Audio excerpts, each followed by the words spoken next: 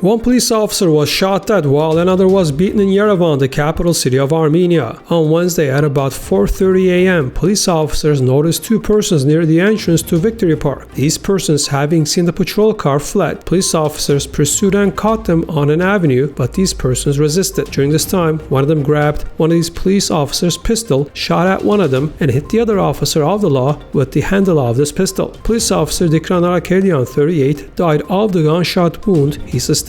Later it became known that the attackers are brothers. According to them, they had robbed a beauty parlor, but the police had noticed this, and so the brothers decided to flee.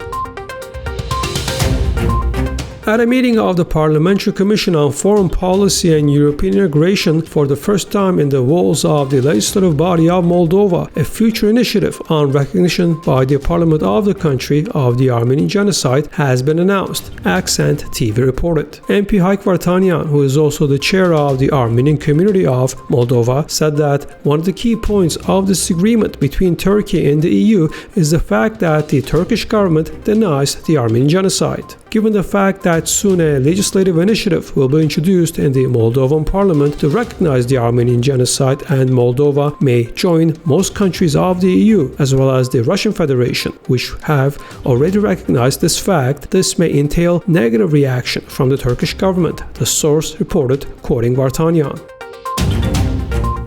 Armenia has become the 40th country in the Ryanair network.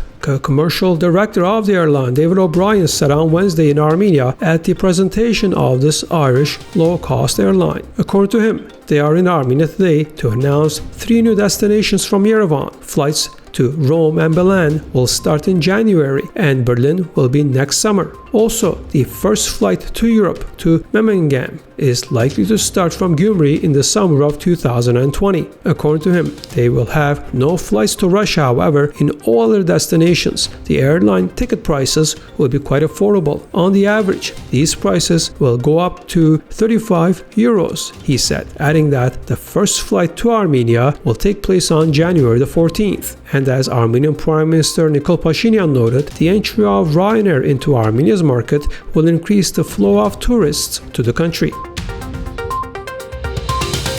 The second Global Innovation Forum, the GIF, on transforming intelligence opened in Armenia Wednesday with the participation of leading scientists and thought leaders. The forum is set to explore the impact of artificial intelligence on science and society from the scientific, technological, and industrial perspectives. At GIF 19, scientists and leaders will engage in academic discussions and visionary debates, sharing their expertise and research findings. The speakers are representing such companies as Google, Facebook, Microsoft, Flagship Pioneering, as well as the University of Alabama, Tel Aviv, Harvard, Stanford, Berkeley, and the Massachusetts Institute of Technology. The forum, organized by Foundation of Armenian Science and Technology, will conclude on Friday.